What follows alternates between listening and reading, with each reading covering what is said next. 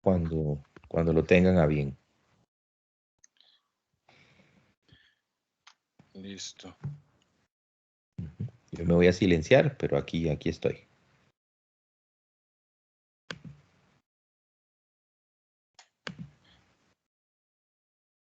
¿Se puede ver la pantalla?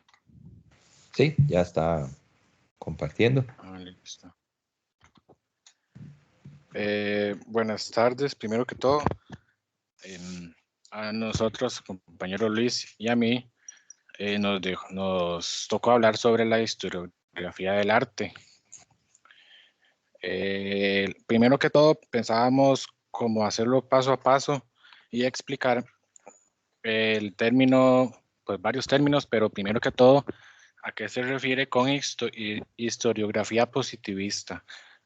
En realidad, todo el término sería historiografía positivista del arte. Pero primero que todo vamos a explicar la parte de historiografía positivista en sí y después cómo se aplica al arte.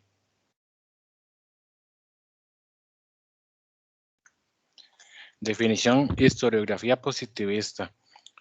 El término positivismo fue utilizado por primera vez por el filósofo y matemático del siglo XIX, Auguste Comte, pero algunos conceptos positivistas se remontan al filósofo David Hume, no sé cómo se dirá, y al filósofo alemán Immanuel Kant.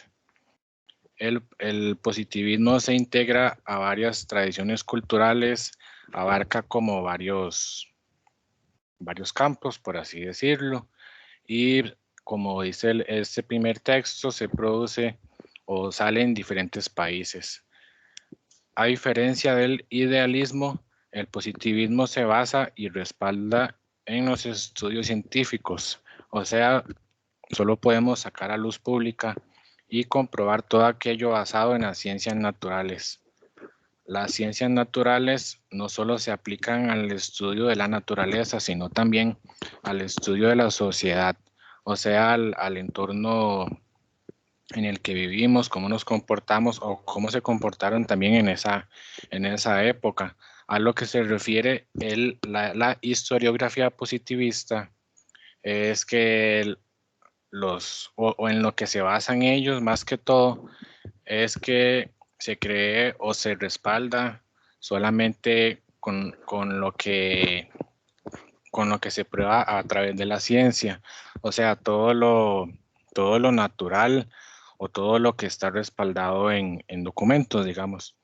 Lo que pasa es que los historiógrafos en sí lo que hacen es transcribir.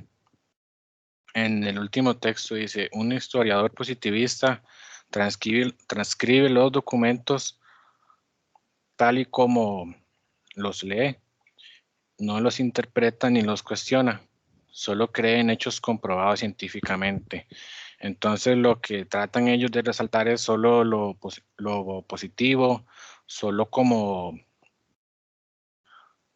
las partes en las que se progresan o en las que ven algo, pues en ese mismo término positivo, y no se concentran tanto en todos los hechos en general. Vamos a la siguiente. La historiografía. Es un tema al cual los historiadores del arte no le han dado tanta importancia, aunque van tomando más fuerza debido a los textos historiográficos, gracias a los acontecimientos que han tenido en las obras de arte que actualmente conocemos. Lo que pasa con eso y por qué es que se hace o hay como opiniones contrarias es porque lo que dicen muchas personas es que no se puede comprobar 100% lo que pasó en la antigüedad, por así decirlo, o todo lo de la historia, todos los documentos que hay no necesariamente tienen que ser certeros. Muchas veces se han transcrito de manera diferente, pasan de una mano a otra, se interpretan mal, se interpretan en un idioma que no saben y pueden pasar muchas, pues, o por muchas razones, pueden pasar muchas cosas que hacen que no se puedan comprobar 100% todos los hechos. Entonces también por eso es que se debate. En siglos pasados se han visto maneras de fijar una historia del arte como fue antes del siglo XVIII, donde existían varios textos de arte, pero ninguno tenía la suficiente perspectiva histórica. No fue hasta el Renacimiento cuando se empezó a crear una nueva imagen de los acontecimientos artísticos durante el tiempo. Podemos ver apenas que muestran rastros de historia del arte desde la Edad Media, a pesar que en la antigüedad grecorromana se tenía una comprensión mayor sobre la historia. Un ejemplo fueron las historias de Plinio, relacionadas a los artistas antiguos, la cual pasó a desarrollarse hasta nuestros tiempos.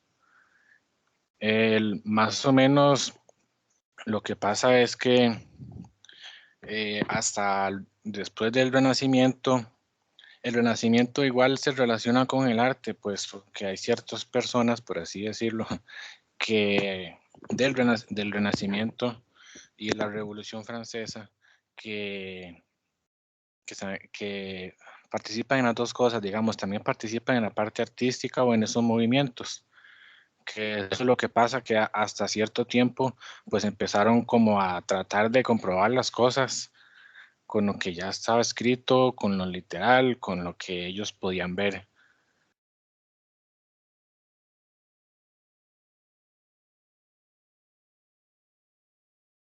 Perdón. Modelo de Vasari. El Renacimiento se vio con la sed de ver crecer la historia del arte que se extendió a varios artistas y obras. Además, administró explicar en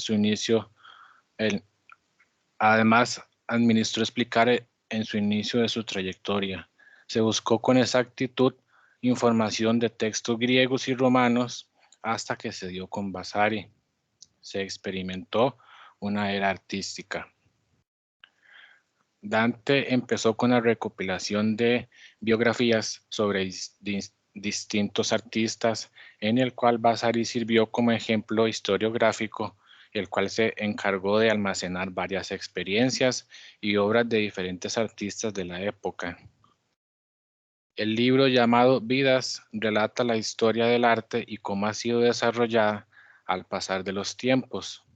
Vasari pensaba que el arte nació en los pueblos de la antigüedad, los cuales los artistas eran destacados por poderes de la sociedad y públicos. Como se decía, el arte es el arte es como un ser vivo, que iba creciendo con el tiempo hasta morir y renacer. De nuevo se basó principalmente en el concepto histórico. Tal vez un punto en contra fue solo que tenía un interés práctico. Esto pasó hasta que llegó Winkelmann, quien fue el que verdaderamente avanzó la historia del arte. Otro libro que siguió los pasos de Vasari fue el libro de la pintura escrito por Karel van Mander, 1548-1606, publicado en 1604. Parte del positivismo también, así sea como en el arte o en general, lo que ellos dicen es que conforme va pasando el tiempo, las cosas son mejores que en el pasado o se van corrigiendo. O sea que digamos que el estilo de pintura en el pasado era peor que en el presente. Y conforme van pasando los años, pues también se va mejorando todo. Tal vez eso lo estaban viendo porque aparte que se está dando la revolución, pues ven como cronológicamente cierto progreso en la historia de la humanidad, pero no necesariamente va de la mano.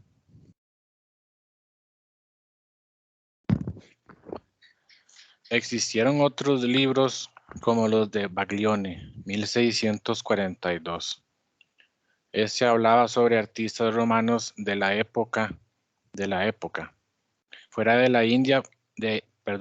Italia podemos ver la obra de los franceses, tal como André Félibien, Entretien-sur-les, ahí me disculpan el francés, no sé cómo se pronuncia, entre otros.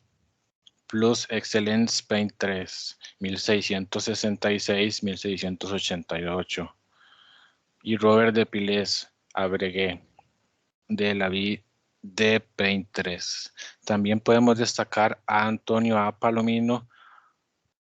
En Madrid surgió Parnaso, español pintoresco y laureado, 1724. Pero el renacimiento de la historia del arte se le agradece a las obras de Winkelmann, ya que él se fijó en las técnicas que fueron cambiando con el tiempo y no tanto en la vida de los artistas. Eso es lo que pasa, porque es que llamó más la atención el Winkelmann, me refiero, porque es como, pues no un resumen, pero sí va cronológicamente notando el cambio conforme el paso de los tiempos, porque pues el movimiento, el estilo de cada artista no necesariamente dicta de un progreso. Puede ser que, aunque hayan pasado bastantes años, siga teniendo el mismo estilo, siga pensando igual, sigan siendo las mismas obras. También se expresa que los argumentos y estudios deberían de incluir ilustraciones para que se entienda mejor.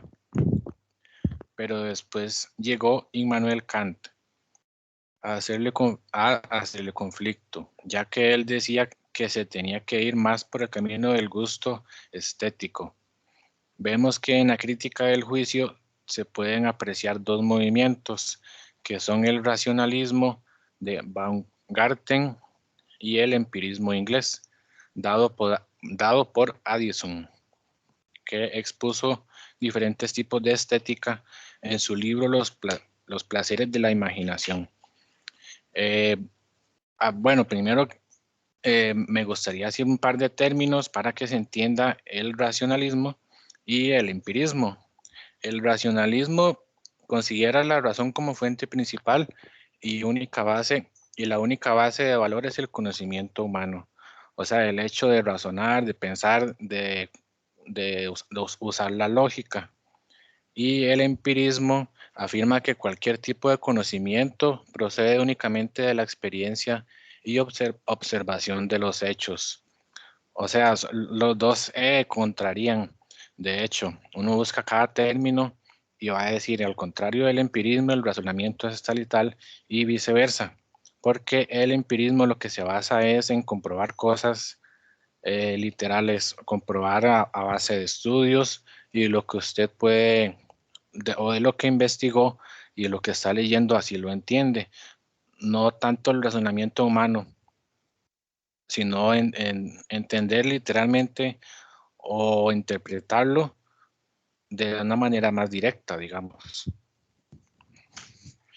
Ahora me gustaría mostrar un video que explica un libro que habla sobre la filosofía del arte. Dura unos 5 minutos para que como introducción, para que se entienda un poco mejor.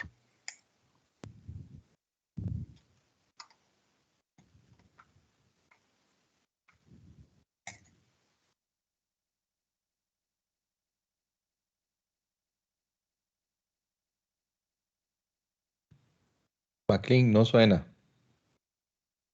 No estamos escuchando ¿No se por oye? aquello. No se No, oye. ¿No se oye el video? no, ¿O no, tiene no que me dejar oigo de yo? compartir. No se No, el escucha. video. Ah, bueno. ¿Y cómo hago para que se escuche? Ok, tiene que dejar de compartir. Entonces, irse al Voy. Teams. Ajá. Ya listo. Ok, volver a compartir. Y antes de seleccionar donde dice escritorio, o no sé, pantalla o qué sé yo, hay Ajá. un check, como un botoncito que dice incluir sonido del sistema o incluir Ah, ya audio lo de vi. la compu. Ajá, entonces le Listo, da como, listo, ya con eso ya se supone que tendría como un que check. servir. Ajá. Ah, bueno, aquí está el video directo también. Vamos a ver.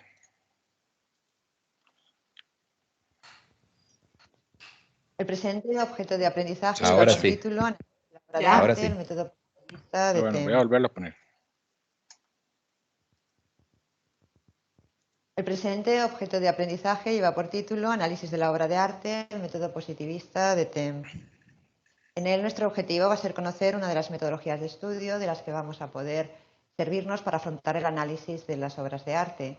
Nos vamos a centrar en los antecedentes, en las características del método y en los autores más relevantes. Así podemos citar como antecedentes, por supuesto, el historicismo que planteaba Winkelmann en periodos anteriores, cuando lo que llevaba a cabo era la elaboración de estilos. También tenemos que decir que en este momento en el que surge el método positivista de TEM, ya habían surgido otras aportaciones, como las de Kant, cuando habla del significado del arte desde la vivencia subjetiva, las aportaciones de Hegel con la estética idealista, o, por otro lado, la aportación de Stendhal en relación al concepto de emoción. Pero uno de los elementos, uno de los antecedentes que va a influir notoriamente en el método positivista aplicado al arte va a ser precisamente el positivismo científico que se desarrolla en este mismo periodo histórico.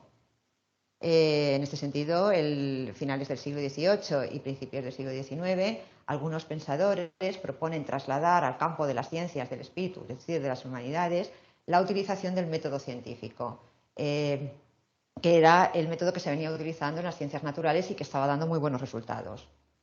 Así, el término positivismo hay que recordar que se atribuye al pensador Comte y está basado en las leyes naturales, de forma que un hecho determinado tiene unas causas, unas consecuencias, unas leyes. Así es imposible que sea de otra manera. Se va a tener uno solo aquello que se puede pesar, aquello que se puede medir y lo que se puede, en definitiva, positivar y verificar, es decir, datos objetivos. Desde una perspectiva filosófica, entonces, diremos que el método que nos ocupa, el método positivista, sería una variante del historicismo. Y no obstante, desde una perspectiva metodológica, aún derivando del anterior, este método va a constituirse como un método independiente con notables incorporaciones. Aquí la obra de arte no puede ser considerada como un elemento aislado y clasificado en estilos. Hay que buscar el contexto en el que ésta se encuentra inserta para poder comprenderla y analizarla. Así, entrando ya en las características del método, tenemos que citar, por supuesto, a Taine. Él toma el término estilo, pero le da una nueva interpretación muchísimo más amplia. Para explicar el estilo hay que explicar las costumbres y condicionamientos sociales de una determinada época o de una determinada cultura y, bueno, de alguna forma, estas circunstancias van a abrir el camino al método sociológico que más tarde va a proponer Hauser. Por tanto, dentro del método positivista, una obra de arte no puede ser considerada como un hecho aislado, sería una de las características más importantes, porque pertenece, por un lado, al conjunto de la obra de un autor y, por otro lado, forma parte de un estilo. Pero para Taine, la noción de estilo es un concepto bastante ambiguo que contempla aspectos tan dispares como la originalidad personal, los intereses de la escuela, la determinación de un país, la época, etc. Él está planteando estudiar el individuo, ya sea el individuo como autor, desde una perspectiva individual, o como un colectivo, destinado este estudio a los espectadores. Aquí se va a tener en cuenta aspectos como la lengua, las ideas, las creencias, la evolución, la educación, sus hábitos, sus intereses, la raza incluso. Por otro lado, se va a estudiar el método tanto a nivel geográfico como a nivel cultural y político.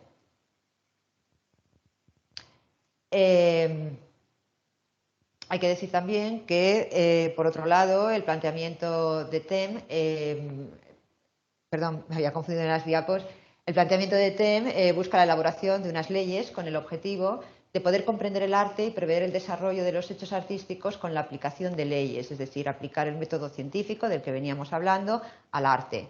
Él está asimilándolo a las ciencias naturales. Hay que decir que este método llevado a las últimas consecuencias, aplicado al arte, vamos a encontrar un método evolucionista en el que, al igual que en las ciencias naturales, en el arte se va a dar por supuesto que existe una evolución.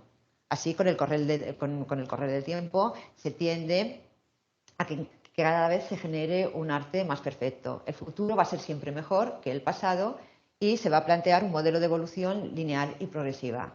Evidentemente, la aplicación de estas cuestiones al arte va a tener una serie de carencias y de inconvenientes. El método puede considerar como juicios objetivos, unos juicios que tienen un carácter meramente subjetivo, Por otro lado, va a estar insistiendo en que un nuevo estilo va a ser siempre mejor que el anterior, simplemente por ser más moderno, por llevarse a cabo en un momento posterior. Se va a creer como lógico en muchas ocasiones cuestiones que tienen un carácter cronológico o como simultáneo, lo que en realidad es sucesivo. Así, las características del arte en un país se van a entender como características generales nacionales.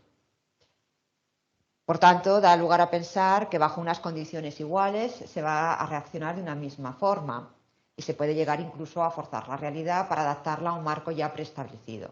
De ahí que se entienda que el método, si bien muy utilizado, presenta una serie de carencias porque su uso no va a ser todo lo preciso en relación a las aspiraciones científicas que se tienen en relación al mismo.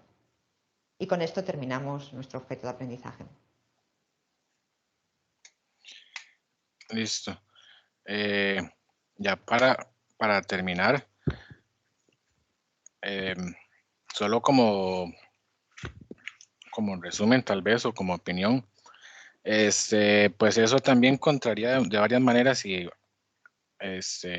no es que sea del todo, a mi parecer, obsoleto, pero siento que, como dice ahí, el arte no necesariamente tiene que ser mejor conforme pasen los años, o aparte de eso, que lo antiguo pues no, pues sea de inferior calidad o tenga que ser corregido siempre. Siempre han habido personas o de muchas maneras que van a destacar a lo largo de los años y destacaron, y siempre van a ser unos pilares, van a ser inspiraciones, van a seguir siendo fundadores de movimientos, y pues no tanto el hecho de solo lo comprobable, porque lo que tiende a enfocarse el positivismo es en, aparte de lo estético, aparte de lo comprobable científicamente, lo estético, que tiene que ser tal y como se hizo, las situaciones, el entorno social también,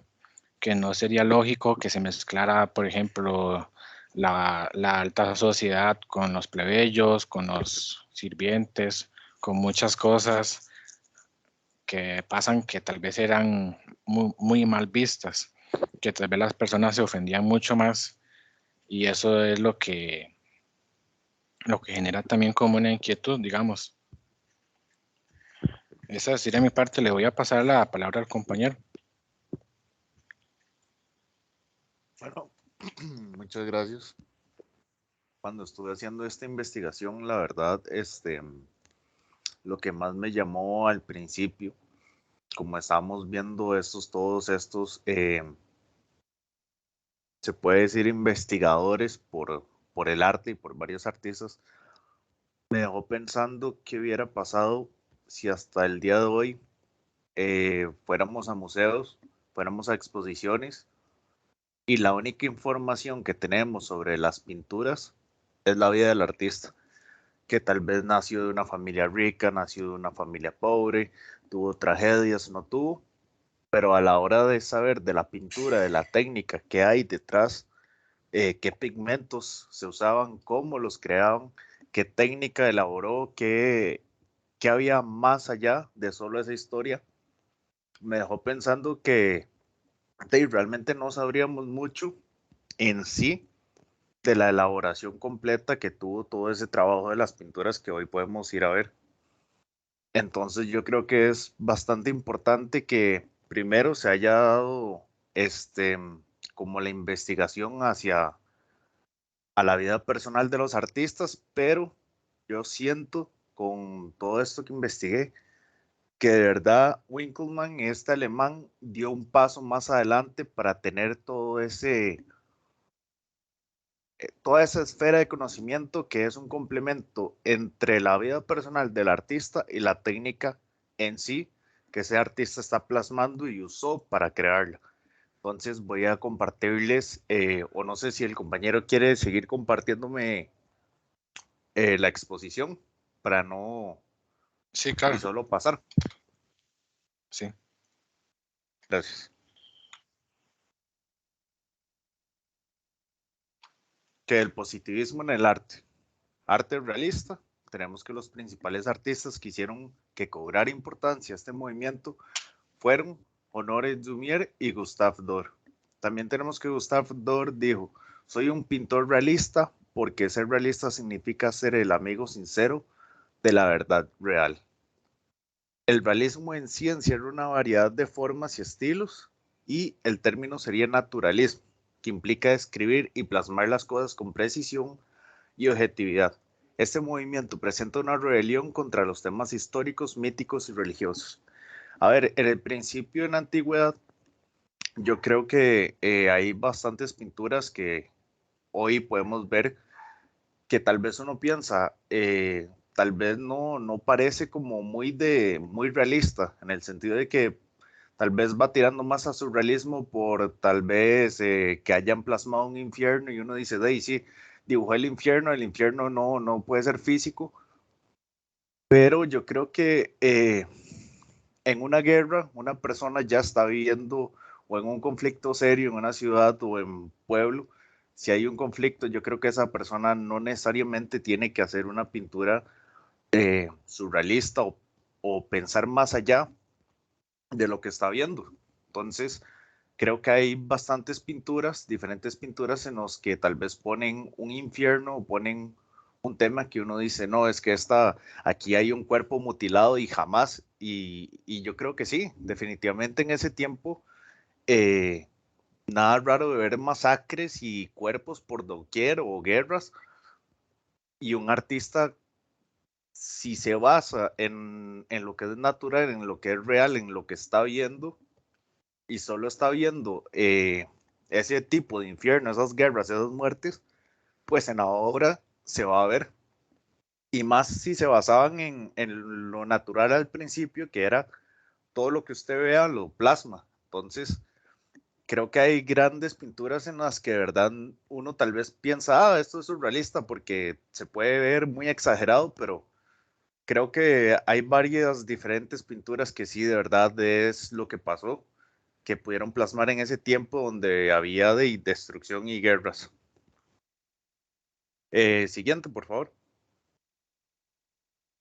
El término realismo es algo confuso o poco claro en las artes plásticas.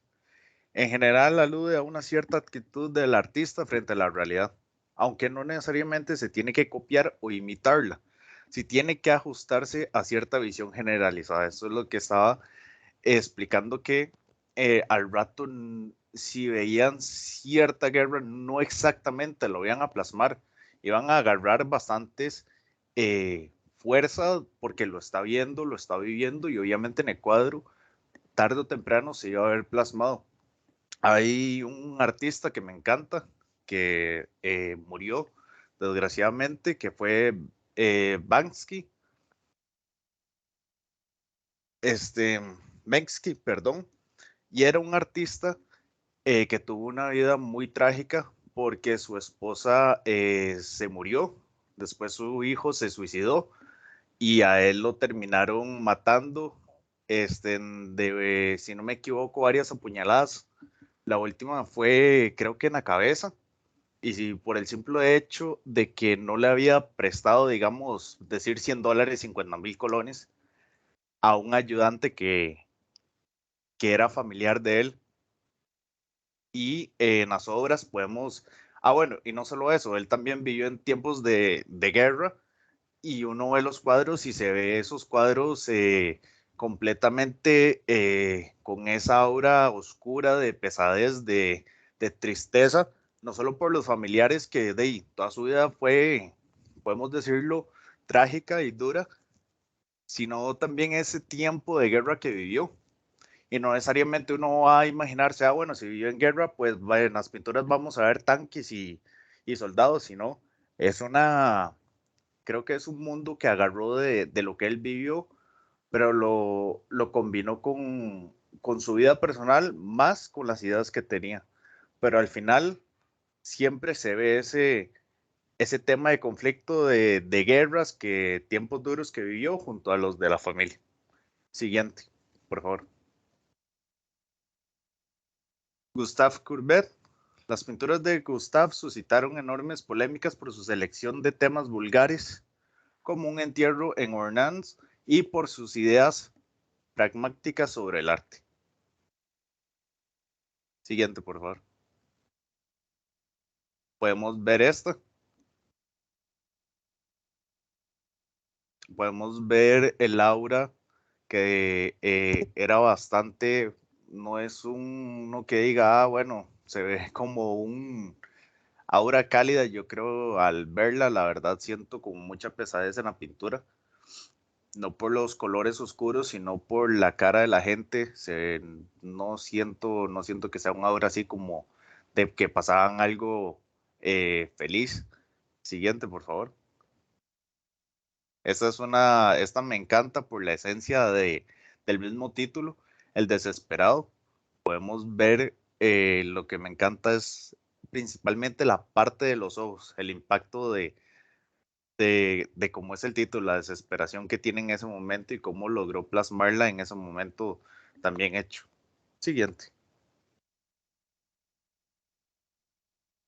Jean-Francois Millet, de 1841 a 1875. Hijo de campesinos pobres, fue uno de los máximos representantes de la escuela de Barbizon. Se distinguió como paisajista, pero en sus paisajes no olvidaba nunca a los campesinos humildes, cabizbajos, pesimistas y remedios por el trabajo. Es el mejor intérprete de la vida campesina, la miseria que trae consigo. Contempló de cerca la situación que vivía, pero no la denunció en sus pinturas, sino que la representó tal y como era, plasmó la realidad.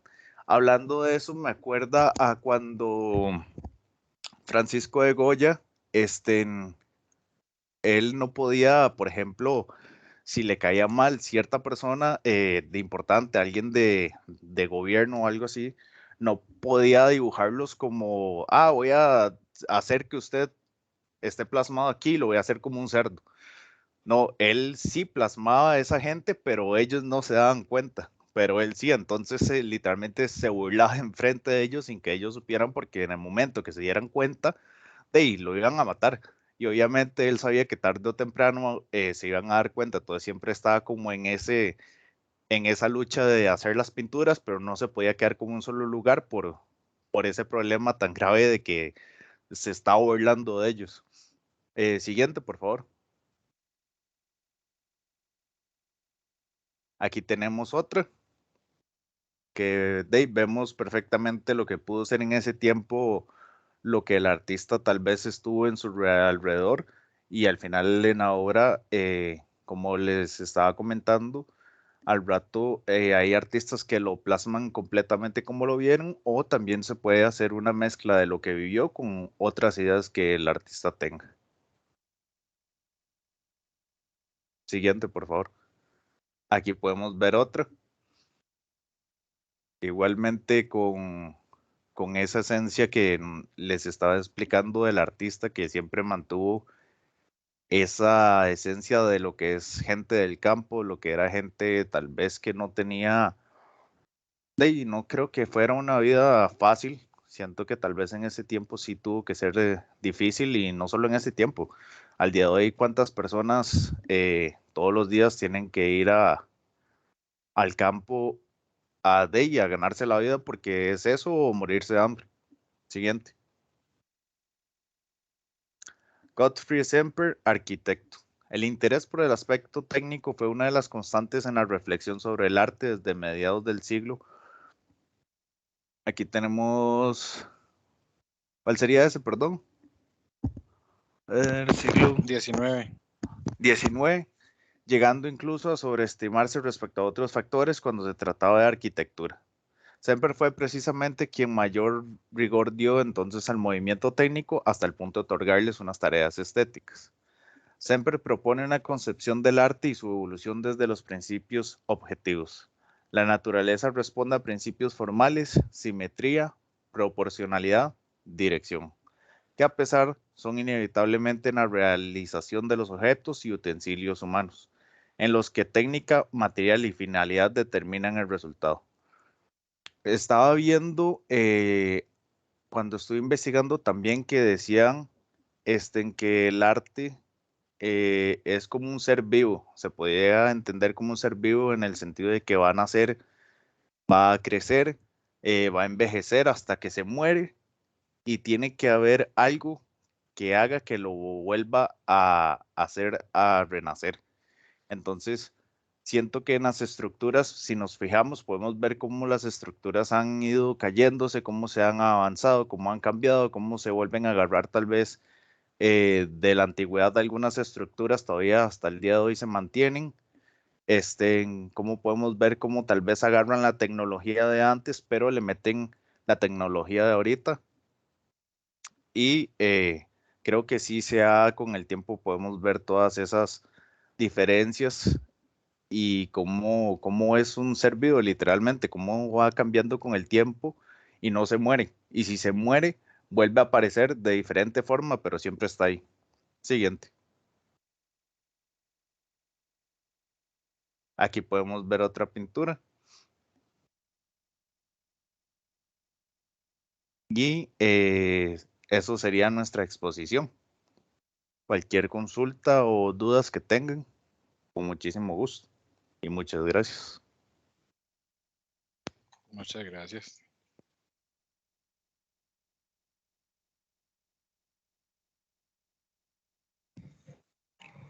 A ver, no sé si quisieran hacer algún comentario ahora o esperamos a la otra presentación y después hacemos algún intercambio de ideas o si lo hacemos de una vez. ¿Qué piensan?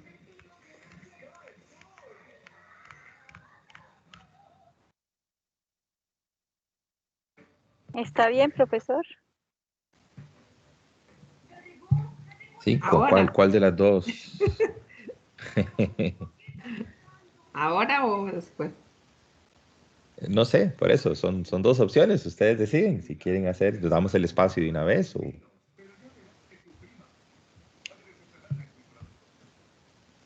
Están como muy mudos, profe.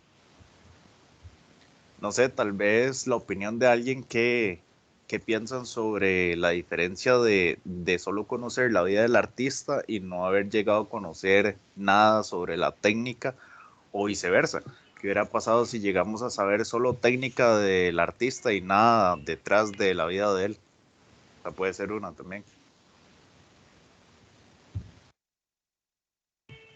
Yo pienso ¿qué piensas? que Adelante. uno necesita saber cómo se relacionó el artista, porque el artista evoluciona y generalmente siempre evoluciona por las situaciones de la vida de él mismo, como dijo el compañero, por la tristeza de aquel artista. Entonces él plasmó en su formato, en su lienzo, ese dolor. Hay artistas que, digamos ahora que estoy estudiando Tiziano, que le gustó la luz, entonces, pero vemos que al final de su vida tiene otra trayectoria.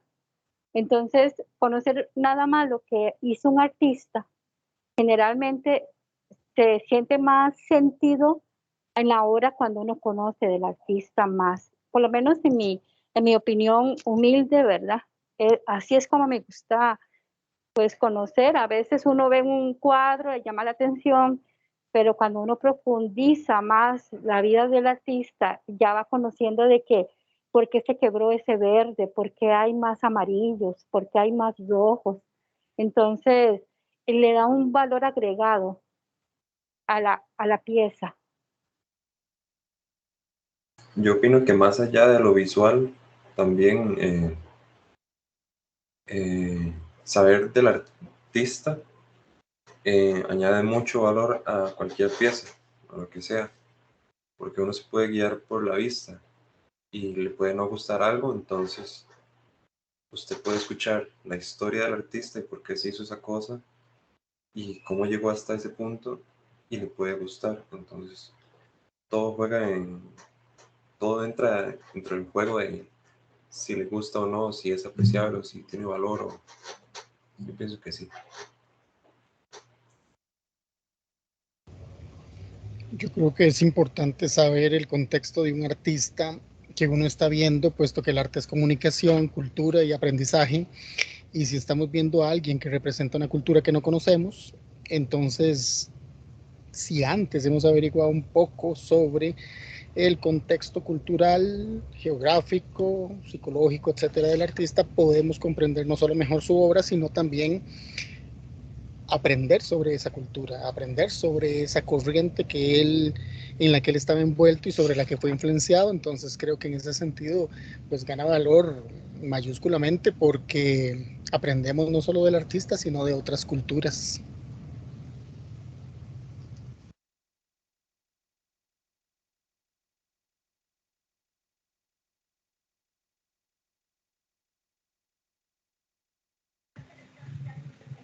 ¿Qué más? Me ¿Algún otro parece. comentario? Yo iba Adelante, a Max. comentar algo ahí. Conforme a las pinturas que se mostraron también, y aparte como de la investigación también es o siguiendo más bien con el tema, conforme uno va viendo algunas cosas, como dicen los compañeros, a veces uno le cambia la perspectiva de lo que está observando hasta que no conoce ahí como una biografía más o menos del artista. Y en estas pinturas se refleja, de hecho, el nombre de cada artista, abajo eran pinturas de cada uno. Entonces siempre se mantiene como una realidad, como no como una fachada, digamos. Y o sea, por eso es que tal vez uno llega a admirar más a ciertos artistas por lo que han pasado, por lo que les ha costado, por cómo piensan, porque a veces uno puede cambiar la opinión de algún artista o el concepto si por algún motivo ha hecho algo que a uno no le agrade o ha dicho algo o piensa algo que uno pues tal vez no del todo comparta y a veces no necesariamente lo expresa en las pinturas. Mayormente sí, pero algunas opiniones y cosas pues también pueden cambiar la perspectiva de lo que se está observando.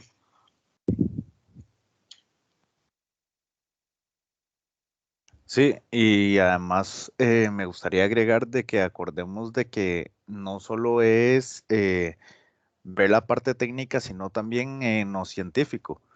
Eh, Gracias, yo creo que toda esta evolución del tiempo y todo esto que se ha llegado a evolucionar junto a los métodos de investigación, no tanto del artista, sino las pinturas, se han dado casos en varias pinturas. Una de ellas fue el perro semihundido de Goya, que si actualmente la buscamos, vamos a ver un perro mirando hacia la nada. Y uno dice, ¿por qué el perro está viendo hacia la nada? ¿O qué estará viendo? ¿Qué hay de más?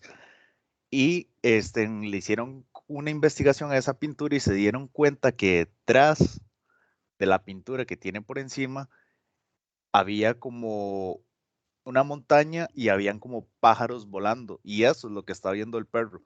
Pero después se dice que Goya, saber por qué, decidió quitarlos y dejó solo al perro viendo a la nada. Entonces, yo creo que también es muy importante esa parte, que tenemos esa parte científica para poder investigar qué hay encima, qué hay detrás y qué hay en medio de las pinturas, porque nos dejan más, no nos dejan con esa pista guindando de por qué esto está así, por qué se dejó así, y si no, que nos dan pistas de ver si hay garabatos, si hizo otra pintura detrás y después la decidió quitar completamente, y además de eso, volvemos a lo mismo, a ver esa parte técnica de pigmentos y todo, y no quedarnos solo con lo que el artista vivió. Ese sería mi comentario.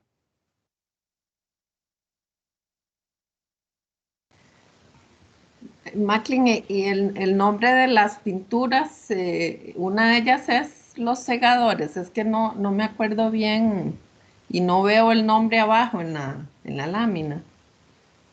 La De- que yo puse, ya le digo, después es de que la Millet. primera es el entierro ¿cómo es que se llama? La primera es el entierro de Ornans. Y Y la que está después del texto de Millet es Los Segadores. La que sale de los campesinos, correcto, esa sería de sí, los segadores. es que La hay que sale de los tres varias campesinos. similares. Tiene dos o Sí, tres similares, como en sí, ese hay. mismo entorno, digamos. Ajá. ¿Y la que sigue de los segadores, cómo se llama? O Ya le digo, es que yo tenía aquí el dato.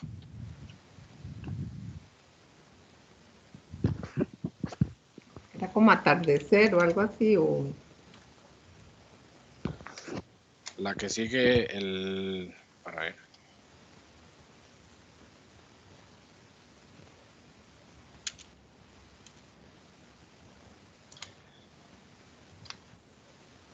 El Angelus, es que se llama. El Ángelus, muchas gracias. Y el primero con gusto. El primero se llama las Espindágoras. Las Espindágoras. Y ese es de Milet. Sí. Es de Y Milet. el segundo se llama el Angelus. Me imagino que es porque de ahí están despidiendo algo, están de luto. Sí, es a las 6 de la tarde. Sí. Sí. Muchas gracias. Con mucho gusto.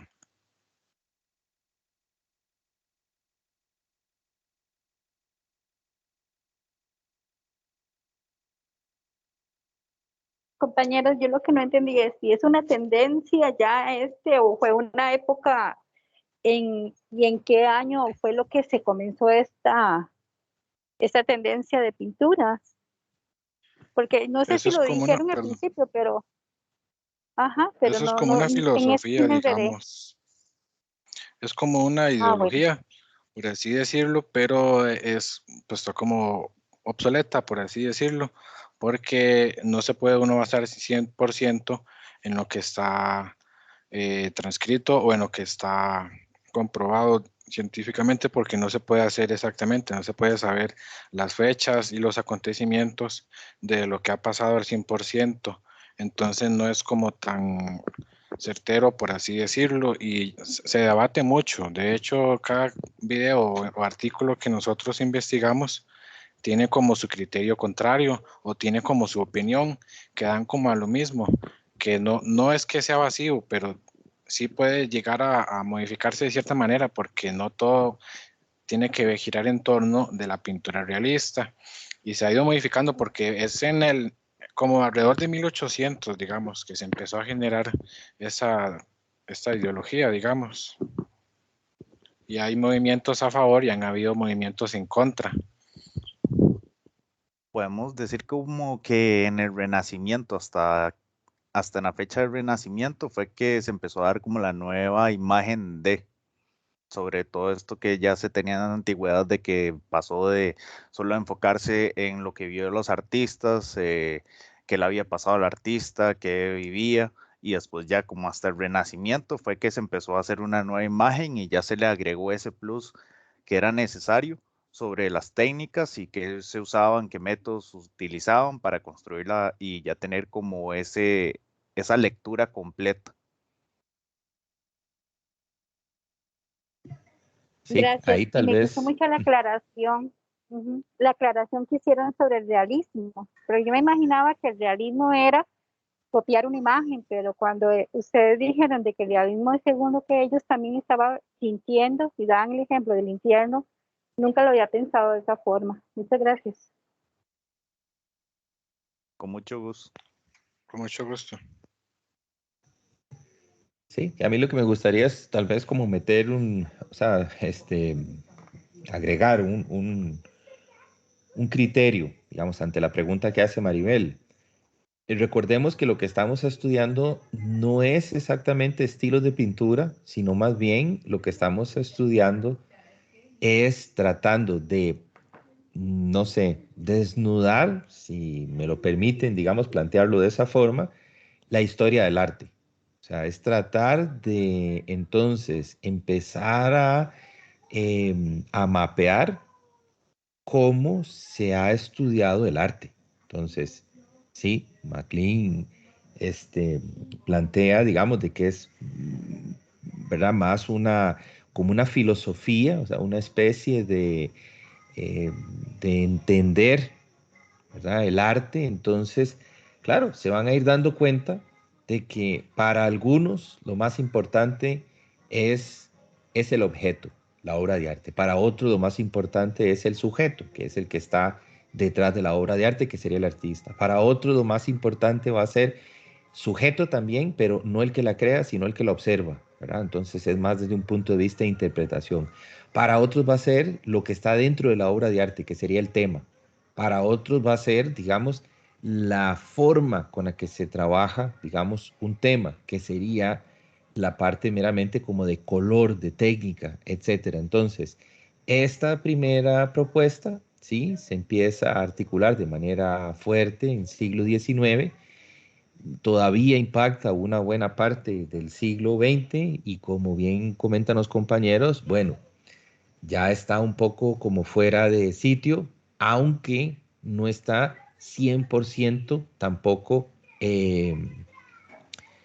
digamos, desacreditada, ¿verdad? Incluso hay investigadores, pensadores que siguen, algunos, ¿verdad? Considerando de que es una propuesta válida para el análisis de la obra de arte. Entonces, hoy lo que iniciamos con estas presentaciones es como un recuento, así como pegando brinquitos a cuentagotas de diferentes propuestas teóricas de cómo estudiar y cómo analizar una obra de arte. Eso sería que nosotros, como estudiosos del arte, claro, se van a dar cuenta que van a tal vez sentir mayor afinidad con una u otra de las teorías y eso nos va a definir también, ¿verdad? De repente vamos a decir, ah, yo creo que a mí me interesa más este trabajo, digamos, esta línea o este corte, ¿verdad? De investigación, que como también entonces estaba, creo que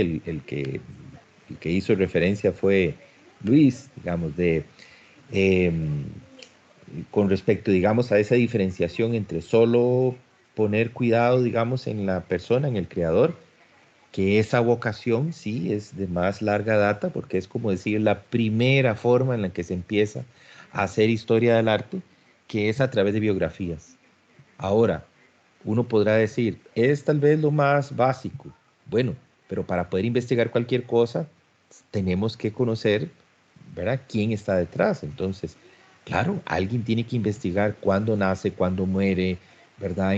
Dónde, incluso dónde se educó, ¿verdad? Cuáles son sus, digamos, su formación artística, quiénes son sus profesores, etcétera, etcétera. Digamos, eso es de carácter biográfico. E incluso, bueno, valdrá la pena hasta recuperar, ¿verdad? Como en el caso, pienso, no sé, se me ocurre, digamos, de Picasso, de cuántas mujeres tuvo, ¿verdad? En el caso de Pollock, qué tanto alcohol ingería, ¿verdad? Porque al final pareciera que eso también era como importante, ¿verdad? Era un alcohólico, pero así tremendamente, ¿verdad? Con problemas graves, digamos, de alcoholismo, tanto así que muere borracho en un accidente de tránsito. Bueno, eso al final habrá que determinar si importa o no para hacer el análisis, digamos, del estudio de la obra de arte. Entonces, sí, iniciamos, ¿verdad? De esta forma, un recuento de teorías. Entonces, tal vez como para aclarar, no estamos hablando como de estilos, ¿verdad? Ni de arte, sino que más bien serían como de estilos de pensamiento, ¿verdad? Y de, de, sí, como de estilos sí, de pensamiento, de teorías, ¿verdad? De cómo enfrentarse a esto que llamamos entonces arte. Pero muy bien, creo que eventualmente dará pie para algún otro comentario cuando empecemos a hacer, digamos, en este momento, eh, comparaciones. Entonces, no sé si Andy, que es el que sigue, si está listo. Sí, profe. Ok, tal vez entonces pasemos a su presentación. Igual ahí nos podemos devolver un poco y hacer algún análisis, ya comparando por lo menos estas dos teorías del día de hoy. Adelante.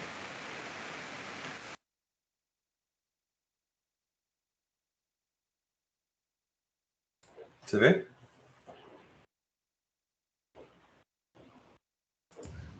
Sí, se ve. Sí, Ok, gracias. Correcto. Bueno, buenas noches. Hoy les presento una visita a la teoría de Einfühlung y la psicología del estilo. La palabra Einfühlung se traduce como empatía, antipatía y proyección sentimental. Apareció por primera vez en forma impresa en 1873 por el filósofo alemán Robert Weiser. Disertación sobre estética que se define como reflexión personal por responder a una pregunta planteada mediante la apreciación visual. Weiser usó la palabra para explorar la capacidad humana de entrar en una obra de arte o literatura y sentir las emociones que el artista había trabajado para representar, o para imbuir una obra de arte con emociones relevantes. Existe una correspondencia entre realidad psíquica y física, y este es el punto de partida del que se nutre la teoría de la proyección sentimental. La comprensión de un objeto se inicia con la penetración emocional en él, un proceso de relación afectiva que descansa en la facilidad con que el mundo físico admite transferencias psíquicas. La primera noción fundamental es el concepto de sentimiento como una acción espiritual absolutamente libre. La extrema libertad sentimental es crucial para favorecer la empatía, pues permite equiparar la multiplicidad del mundo con la diversidad del yo. En esta correspondencia, el sentimiento deviene un acto de comprensión y de introspección, pero ante todo convierte la actividad perceptiva general en experiencia estética, en goce ante el objeto por transferencia de los sentimientos subjetivos. Lo esencial de la obra no es el motivo ni el tema, sino el propio artista y su vida espiritual, su expresión mediante la proyección sobre las formas del mundo. Así pues, se trata de una concepción del arte como expresión, o sea, expresionismo. Einfühlung nos advierte que una obra de arte solo es comprensible mediante una participación afectiva del espectador, mediante una identificación que revela las formas como símbolos del sentimiento. Es necesario, pues, que el espectador posea la misma predisposición perspectiva y afectiva respecto a la obra que el artista tiene ante la realidad exterior. El primer autor que ha de ser mencionado es Friedrich Theodor Weiser, que defiende como única posibilidad para el conocimiento de las cosas el proyectar sobre ellas nuestra subjetividad. Y ya mencionado anteriormente, su hijo y continuador Robert Weiser será quien se encargue de difundir el término Einfühlung y de aplicarlo al estudio de la percepción visual. Weiser investiga especialmente la simbología que las formas puras adquieren para nuestra mente, las diversas dimensiones de las líneas y las superficies. Las diferencias de sus movimientos actúan simbólicamente. La vertical eleva, la horizontal amplía, la línea quebrada agita de una forma más vivaz que la recta, recordando el modo de plegarse y de cambiar la dirección de la vida interior en relación a determinados puntos y leyes. Esta asociación entre lo sensible y lo espiritual, Weiser concibe la proyección sentimental como un insuflar vitalidad a la realidad. El juicio de valor de las obras de arte deberá contemplar este elemento subjetivo. La mayor concreción de la Einfühlung como teoría del arte llega de las manos de Theodor Lipps, que redacta esta definitiva estética, 1903-1906. La estética es entendida como sección de la psicología y esta, a su vez, la disciplina fundamental de la filosofía.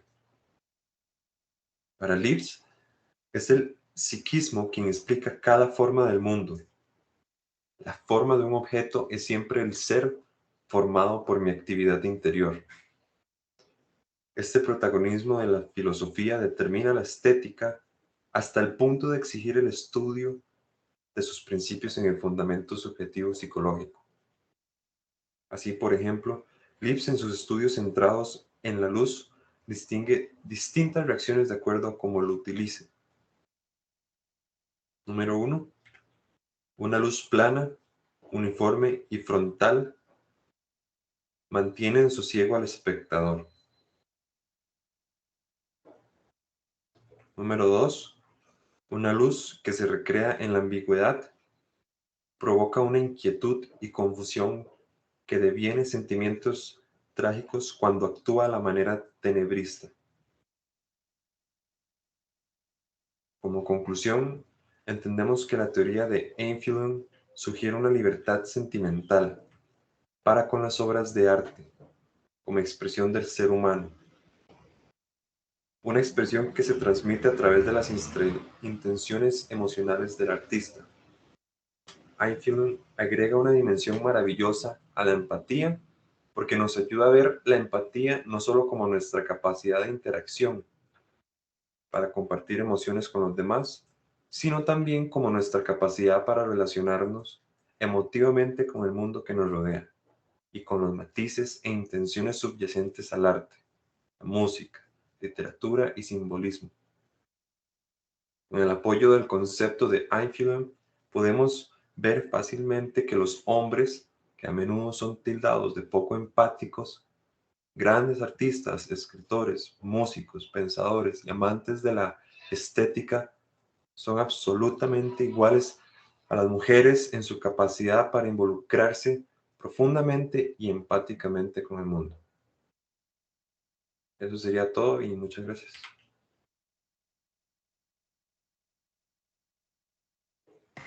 Ok, preguntas, ahora sí, o comentarios. Me gustaría hacer una que, digamos, a mí personalmente me gusta cuando una pintura tiene ese sentimiento o esa parte de psicología en tanto colores como en el trazo. O sea, no es lo mismo ir a ver una pintura que tenga unas pinceladas suaves a como esta que estamos viendo, que me gustó mucho, por cierto. Esas pinceladas agresivas que se ve con fuerza.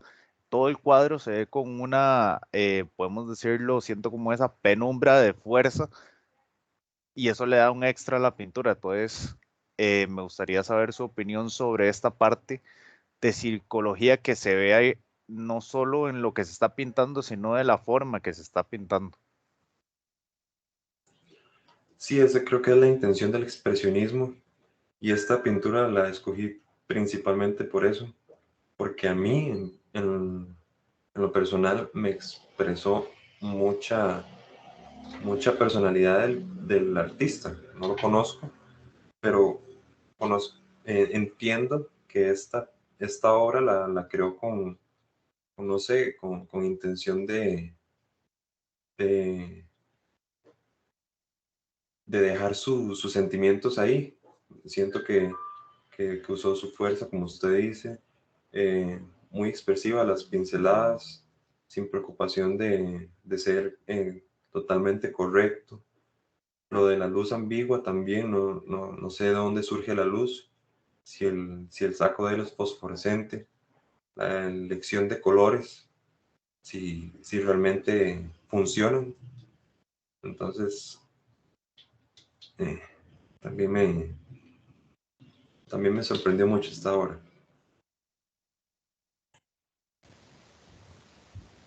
Andy, ¿usted me puede volver a explicar la descripción del concepto principal de la... Es que no sé cómo pronunciarlo. De la Einfühlung. Sí, me lo podría volver a explicar. Fue lo que dijo en la primera oración que me distraje. Sí, la Einfühlung, déjeme buscar.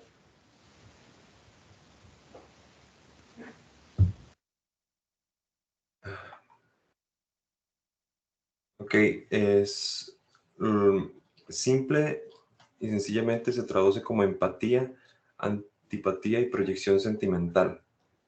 Entonces es como, Einfühlung se traduce como al entendimiento sentimental de una obra de alguien más, como captar el sentimiento de una obra. Ok, gracias, Andy. Está súper interesante la charla. Muchas gracias. Sí, el concepto es, incluso los traductores han considerado que es difícil, digamos, de traducirlo.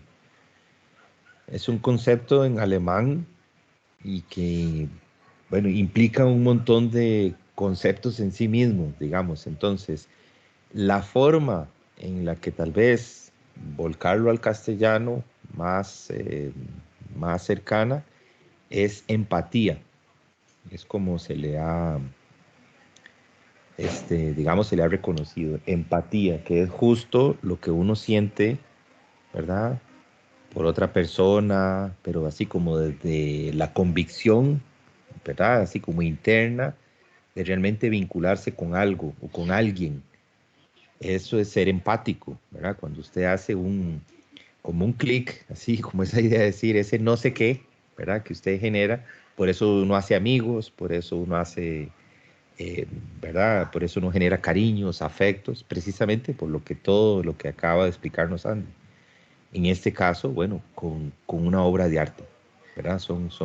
Es como esa conexión. Podríamos entablar otro montón de criterios, tal vez fuera de la presentación como tal, pero hay autores que mencionan que, bueno, que la materia es energía, es vibración, y que la persona genera, cada uno de nosotros tenemos una vibración particular.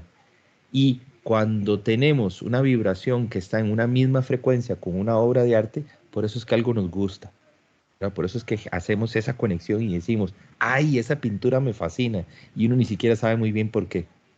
Profe, una Después uno pregunta. tiene... Ajá. Eso me suena porque yo expuse la vez pasada de ese artista que lo mencionaba. ¿Cómo era que se llamaba? ¿Era costarricense? Ajá, Manuel de la Cruz González, sí, sí. Manuel de la Cruz, es cierto.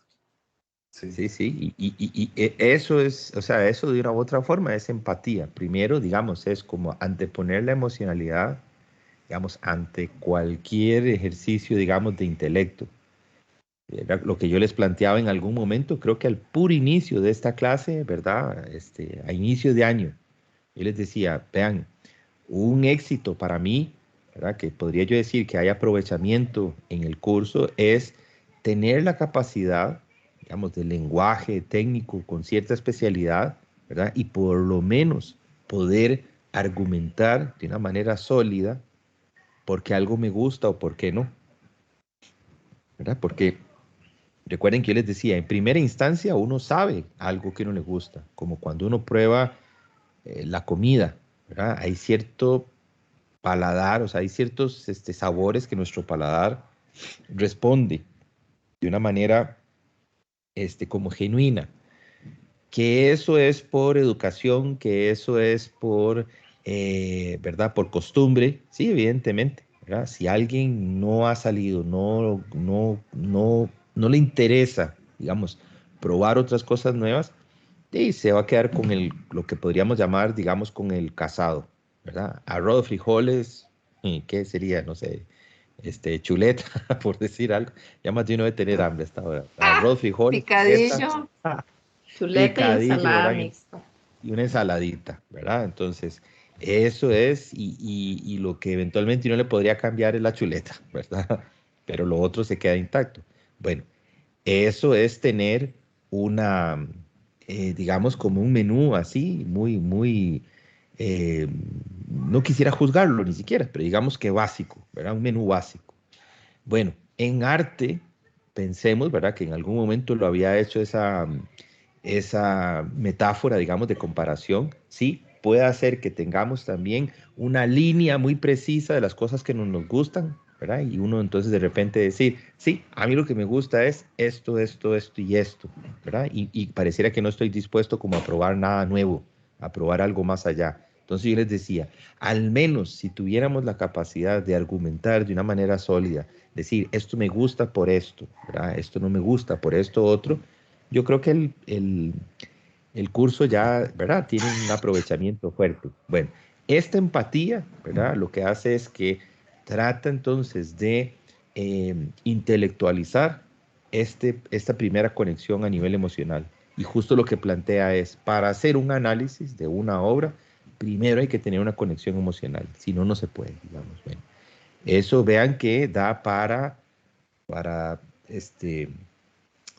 ¿cómo explicarlo? Digamos, para estar de acuerdo en algunas cosas y posiblemente en algunos otros términos, posiblemente no. A ver, ¿qué otra opinión le genera? Adelante. Profe, yo quería dar un comentario también de eso. Sí, adelante, adelante. Vieras que yo tengo, bueno, eso se trata de modificar y para eso está el curso. Pero es que, digamos, el problema mío es si yo empiezo a leer un libro o si yo veo una película y a mitad del libro de la película está aburrido, yo no la termino de ver. Entonces, eso yo creo que por lo menos para aplicarlo a ese mismo punto, porque a veces uno no sabe, las cosas no se ven o no se pueden saber solo por lo que se ve al principio. Y a veces uno no le gusta como la primera impresión o la parte estética, pero sí le gusta el porqué de las cosas o por qué le gusta el proceso de lo que se hizo o por qué pues, se pueden llegar a mirar muchas cosas, pero a veces como lo superficial es bueno como trabajarlo porque inconscientemente puede que en algún momento le pase a muchas personas.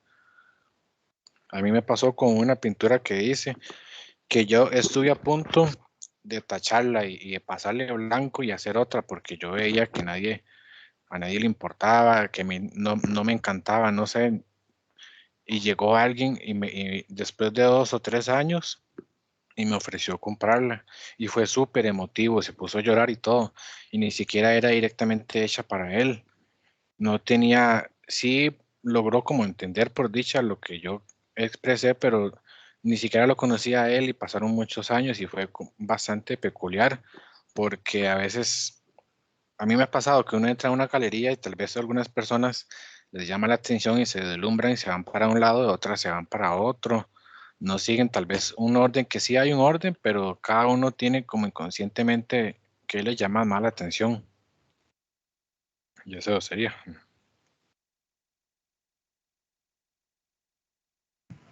A ver, ¿qué otro comentario, algún apunte o pregunta podría ser para algunos de los conferencistas de hoy?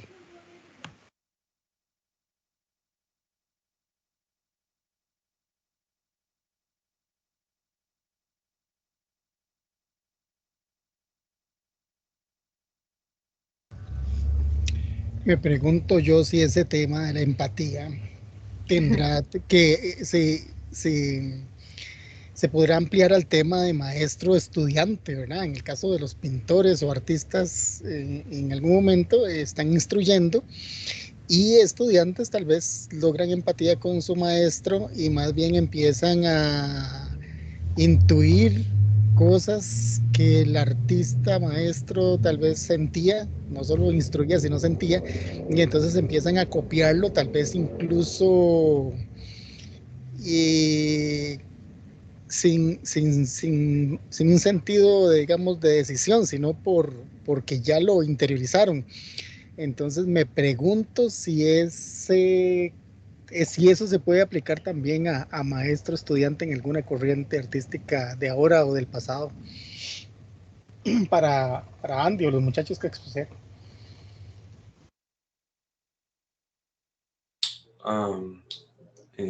Me parece que sí. Como dice el profe, eso también se da en las relaciones de amistad, que uno tiene empatía con una persona y de repente uno ve las cosas que tienen en común, uno empieza a entender la profundidad sentimental de la otra persona, lo que quieren dar a entender. Entonces, creo que sí es fundamental para crecer como artista también, si es lo que se plantea. Yo siento que también va acorde de cada personalidad.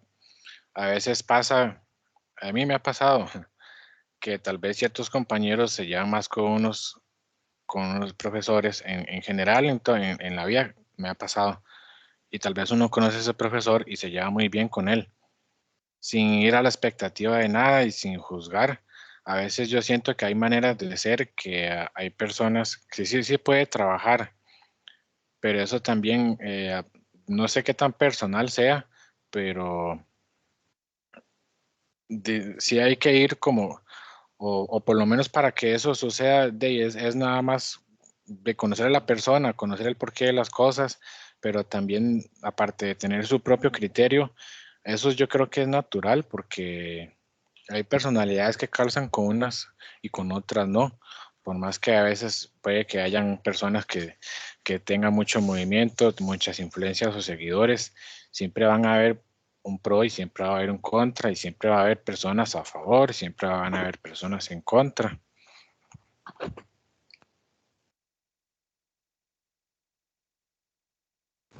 Lian, adelante.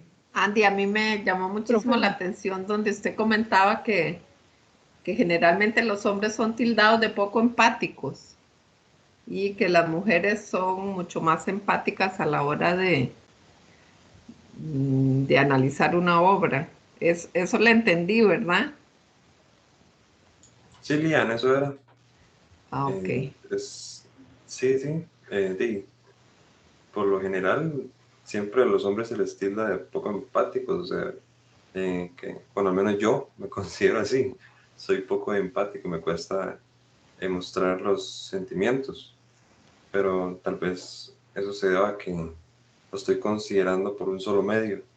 Quizás mediante el arte yo soy mucho más capaz que cualquier otro, sin hablar de sexos, cualquier otra persona de ser empático y mostrar sentimiento y debilidad o lo que sea que quieran demostrar. Ok, gracias. Lian, tiene la palabra. Profe, es que la empatía yo la entiendo como ponerse en el lugar del otro, pensar, bueno, este pintor cuando hizo esta pintura sentía triste, angustiado, no sé, los sentimientos, los pensamientos, etcétera, la situación en que está. Pero yo me pregunto si esa empatía nos hace perder la objetividad a la hora de analizar la obra de un artista, porque si uno se involucra tan emocionalmente con una obra o con un autor de algo, tiende a perder la objetividad, ya sea porque me gustó o porque me causa rechazo. Entonces, yo esa es la pregunta que me hago. O sea, este señor plantea la empatía desde ese punto de vista. Puede ser que si yo hago un recorrido por una galería en donde hay una exposición, eso me permita entender más las circunstancias de ese pintor, pero me parece que se compromete la objetividad.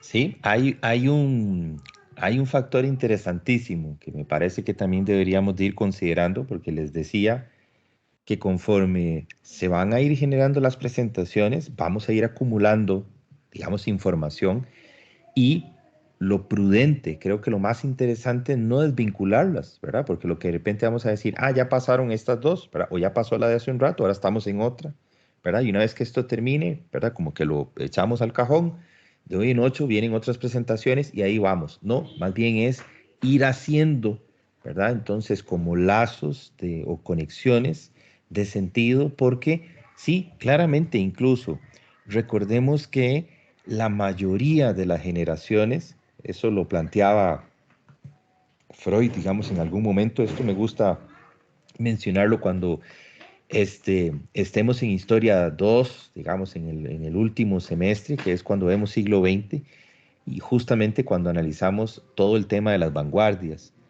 Son una serie de movimientos, estilos y pensamientos, ¿verdad? Que además se generan de manera tan acelerada, ¿verdad? El siglo XX es un siglo demasiado rápido, ¿verdad? Todo es un siglo acelerado, digámoslo así. Entonces, Freud planteaba, dentro de muchas teorías, digamos, pero que era necesario para poder implantar una idea, digamos, propia. Él hace siempre una comparación o una referencia que tienen que ver con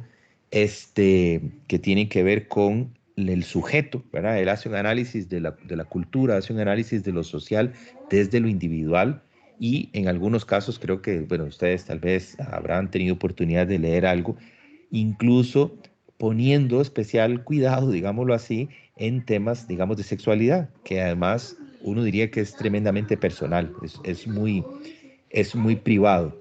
Entonces, ese tema, digamos, de la individualidad más, digamos, como elemental, que tiene entonces un impacto social, Freud decía que para que un individuo se dé a conocer su personalidad, era necesario, este, a ver cómo lo digo así de una manera, como pelearse con la generación del padre, digámoslo así. O sea, había que imponer una serie de cosas, eh, para diferenciarse de aquella forma diferente, ¿verdad? De entender cualquier concepto, ¿verdad? Desde entender la masculinidad, digamos, en el caso mío se me ocurre, digamos, entender, bueno, cualquier concepto, y hay que marcar entonces una diferencia, y en ese marcaje, en esa delimitación, hay que pelearse con la generación del padre. Entonces, en esto, o sea, este ejemplo lo estoy poniendo porque claramente conforme vamos a conocer algunas de estas teorías, se van a ir dando cuenta que en parte se pelean con la teoría anterior. Entonces, vamos a ver, como para ponerlo ahora en remojo, ¿verdad? Porque Lian lo está planteando. Siento, profe, ¿verdad? Me dice que, o nos dice que se pierde un poco la objetividad. La teoría anterior, ¿verdad?, que era lo que planteó MacLean al principio, claro, es que entendía el arte en tanto ciencia dura, no ciencia social, sino ciencia dura. Entonces, esa teoría planteaba de que el arte era acumulativo, planteaba un concepto de evolución, y entonces que todo arte siempre va a ser mejor que el anterior, así, pero como si fuera numérico, ¿no? Es una cosa categórica, es sí o sí, ni siquiera hay que pensarlo, es un asunto científico, ¿verdad? Lo planteaban ellos. Y MacLean nos decía, opa, yo no estoy tan de acuerdo porque lo que leí, ¿verdad? O lo que leímos acá nos decía que, bueno, que esa forma así tan dura de entender el arte no aplica, digamos, al 100%. Yo les decía, tampoco lo vamos a descartar al 100%. Entonces, esta otra tesis, esta otra forma de entender, claro, se va al otro extremo y lo que hace es que plantea y dice, no, no, es que las cosas, el arte no es tan racional, ni es tan científico, ni es tan duro, ¿verdad? Es un asunto emocional. Se fue, ¿verdad? Como al otro extremo. Vuelvo a insistir, no es que antes no se analizara el arte, ¿verdad? Ni que no se teorizara. Bueno, hay escritos de Platón sobre, sí, sobre las artes, sobre la belleza, sobre la poesía, pero recuerden también además que el concepto de arte, como lo entendemos hoy, es un concepto que tiene realmente una propuesta, o sea, un origen a nivel etimológico muy reciente. Casi que estaríamos hablando como del siglo XVII para acá, ¿verdad? Ahora, siempre nos hacemos la pregunta, bueno, ¿y entonces qué era arte para Da Vinci? ¿Verdad? Entonces, ¿qué era arte para Miguel Ángel? ¿Qué era arte para las personas de la Edad Media? ¿Qué era arte para los griegos de la antigüedad?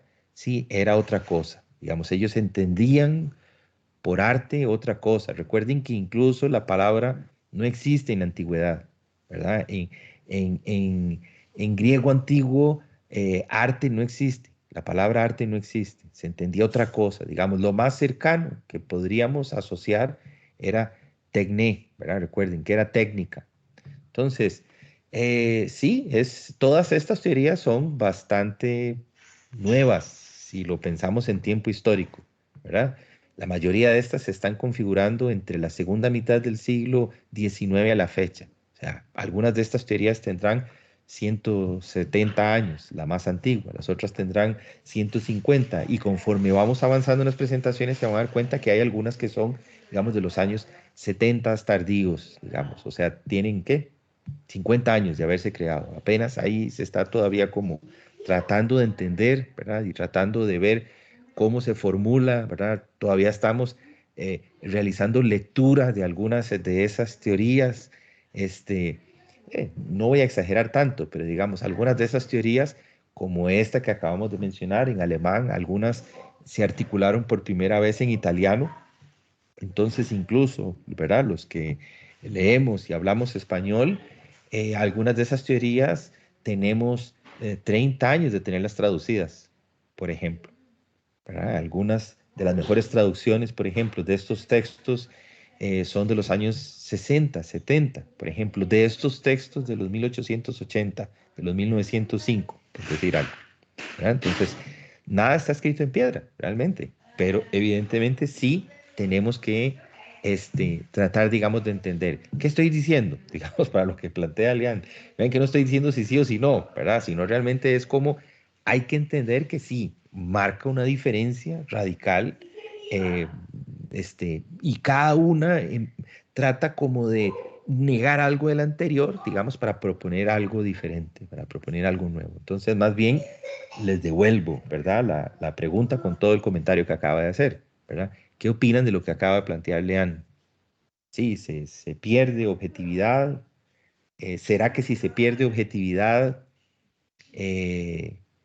es difícil o, ¿verdad? El análisis no es correcto? O no sé, pienso que me gustaría plantear la pregunta por ahí, como devolver la pregunta, a ver qué piensan. Pienso que, Sí, adelante. yo pienso que no afecta. Yo me voy al concepto totalmente puro y seco, digamos, de la empatía. Digamos, yo siento empatía por una persona, por ponerlo en ese plano.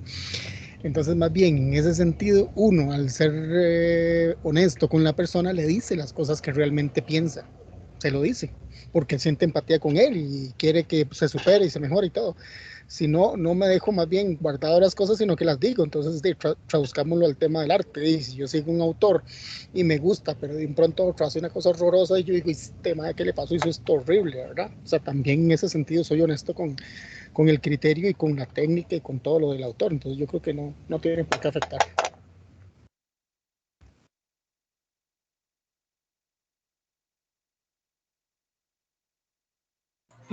Sí, yo creo que la objetividad puede y no puede perderse, pero eso depende del mismo espectador. Que usted vea un artista y le encanta una obra, pero de repente, como dice el compañero, ve otra y no le gusta, no tiene por qué gustarle y... Ay, se me olvidó lo que iba a decir. Bueno, ahorita vuelvo si se me ocurre.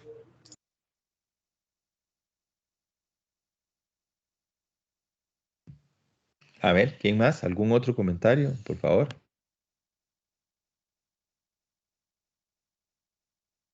Yo siento que sí, como dice el compañero, no necesariamente se tenga que perder la objetividad. Yo creo que está en cada uno y que eso mismo aplique, o sea, que tanta objetividad aplique uno.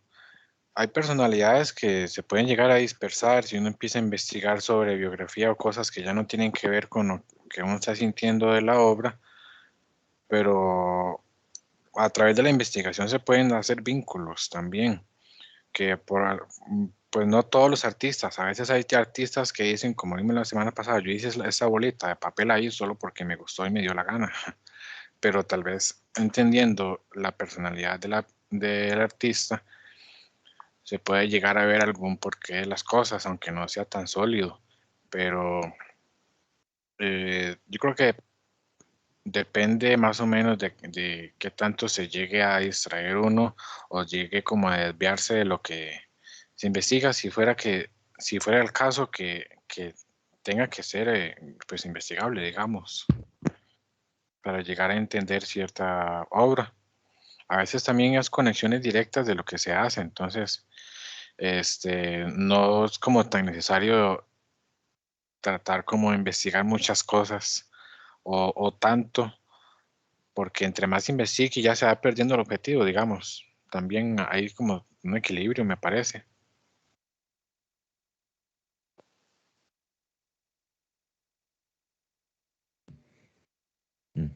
A ver, otro comentario.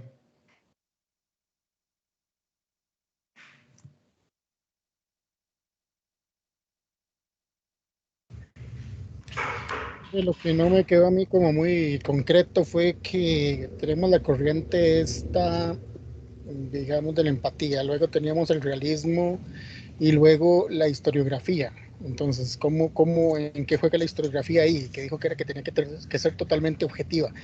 En alguna medida va a ser subjetiva, ¿verdad? Porque se está investigando, una persona está investigando algo que ocurrió hace cientos de años y de acuerdo a su investigación emite un criterio propio.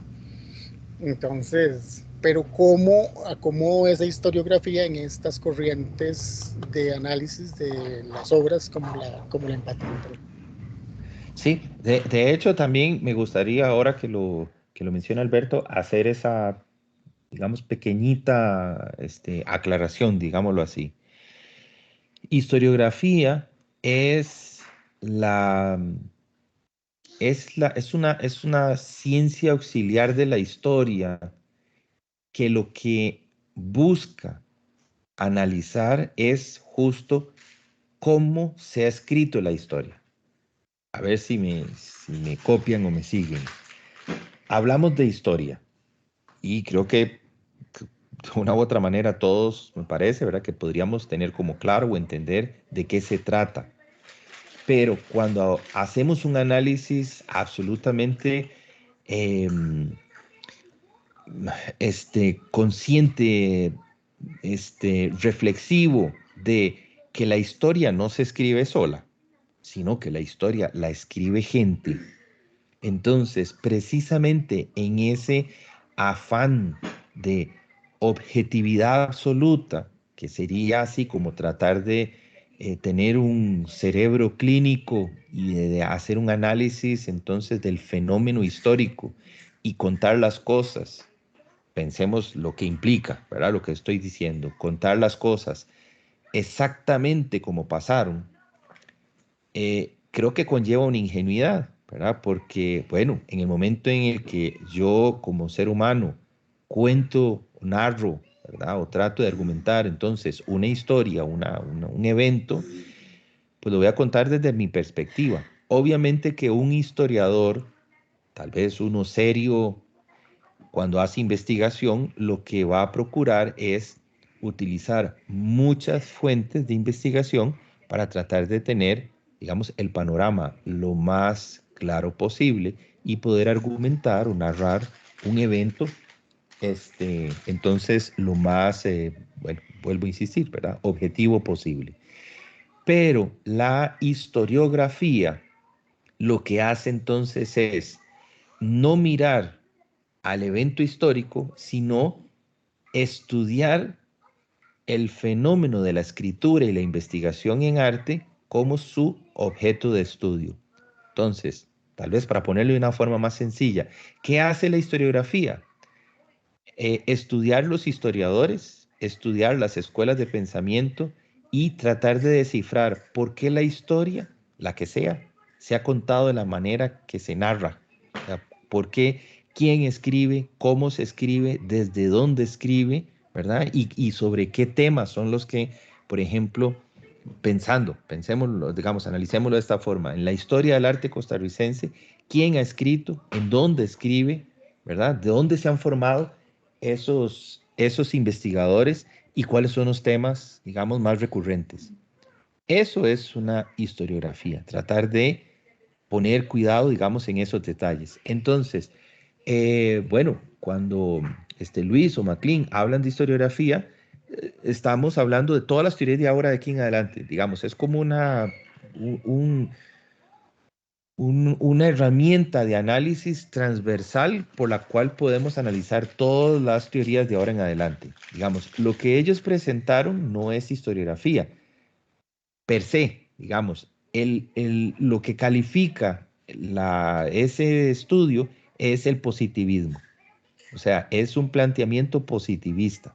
Entonces, es el origen de las disciplinas, es donde la historia, digamos, y la antropología y la sociología y etcétera, se están, digamos, instaurando como disciplinas como tal, que es en ese siglo XIX. Y claro que lo que están tratando de plantear es que cada una hace ciencia. Y entonces, bueno, la historiografía positivista, que no es la historiografía, digamos, sino el positivismo, plantea de que el arte es o sea, un tema que se puede estudiar desde lo más duro, digamos, de la ciencia, acumulativo, ¿verdad? Es la idea de progreso, la idea de civilización, ¿verdad? Entonces, eso conlleva, recuerden, un montón de carga ideológica, porque en el siglo XIX, entonces, bueno, la civilización es europea, ¿verdad? No es América, es europea. Está legalizado y se justifica la esclavitud, ¿verdad? Bajo el entendido de que hay pueblos superiores por encima de otros, que hay niveles de cultura, ¿verdad? Que sobrepasan entonces espacios civilizatorios por encima de otros, etcétera, etcétera. Digamos, en ese contexto es que surge entonces esta teoría de análisis ¿verdad? Desde lo más duro de la ciencia, ¿verdad? De esa ciencia siglo XIX. No sé si con eso, Alberto, aclaro algo. Sí, se aclara, profe. ¿Y de dónde cuadra uno, profe? Por ejemplo, la exposición que dio la muchacha del video del método científico en cuanto a la apreciación de una obra. Es justo este momento.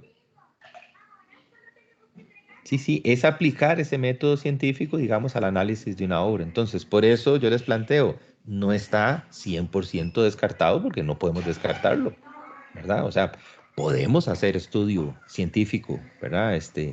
Por ejemplo, en restauración, ¿sí? En restauración, por más, qué sé yo, decir, no sé, espíritu creativo que usted tenga, si usted no sabe de química, ¿verdad? Y usted echa a perder una obra de arte. Y eso es ciencia dura, pura, ¿verdad? Hay que saber, por ejemplo, con qué se mezclaban, con qué tipo de aceite, cuáles eran los aglutinantes, qué echarle y qué no echarle.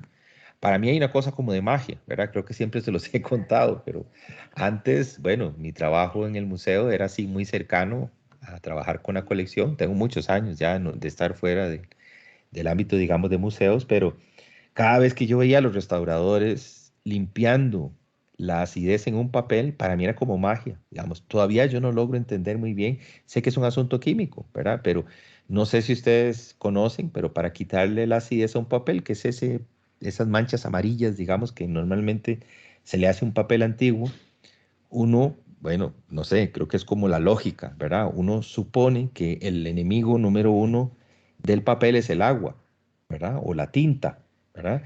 Y los restauradores meten las hojas en unas bandejas con agua, que no es agua, digamos, es un químico, pero lo que hacen es que sumergen y el papel sale empapado, ¿verdad? Y uno dice,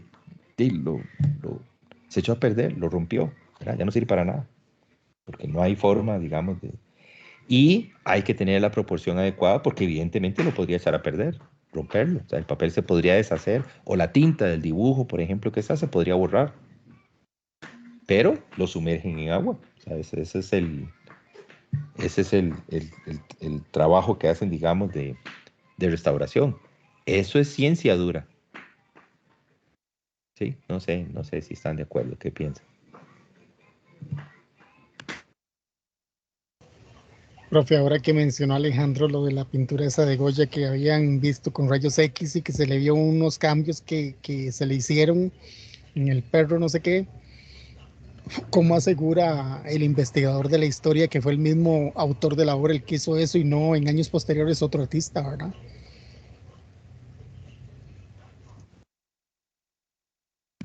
Sí, cada estudio de estos científicos determina, digamos, de que una pintura que estaba atribuida a un autor, por ejemplo, termina siendo de otro.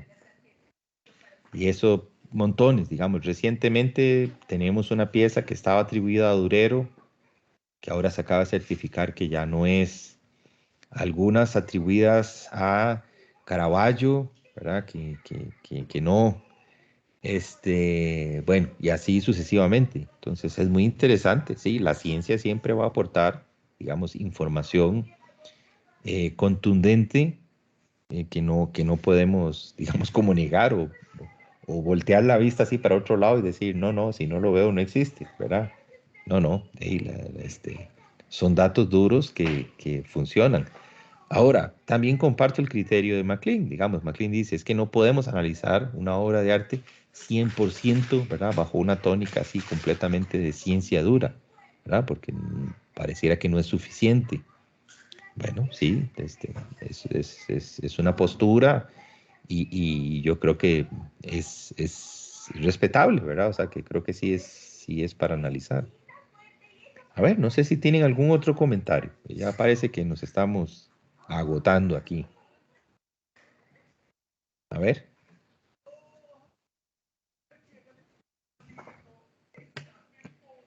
Antes de cerrar la sesión, bueno, ahorita me dicen si hay alguno o alguna que se incorporó después de que había pasado lista, ¿verdad? Para que no quede entonces ausente. La próxima tenemos, bueno, por lo que estimo, creo que va a ser una presentación. Entonces yo trataré de tener algún material complementario para, ¿verdad? Que la sesión no se termine así muy rápido, muy pronto. Alberto me pasó ahora una información, entonces no sé, Alberto, si usted la compartió en el chat de compañeros.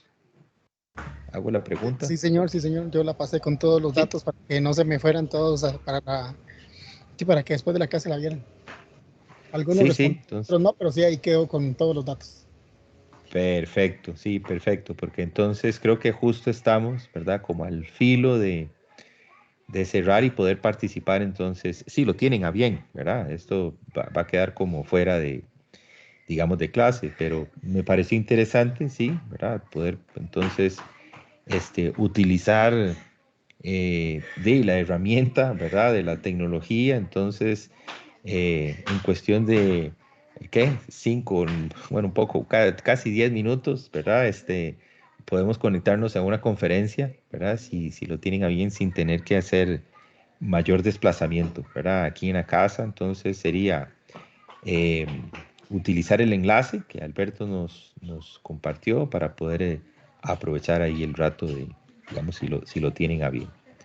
No sé si hay algún otro comentario, alguna otra pregunta, y si no, de verdad también para entonces cerrar acá la sesión, terminar de guardar el video y podérselos compartir para que lo puedan consultar en algún otro momento.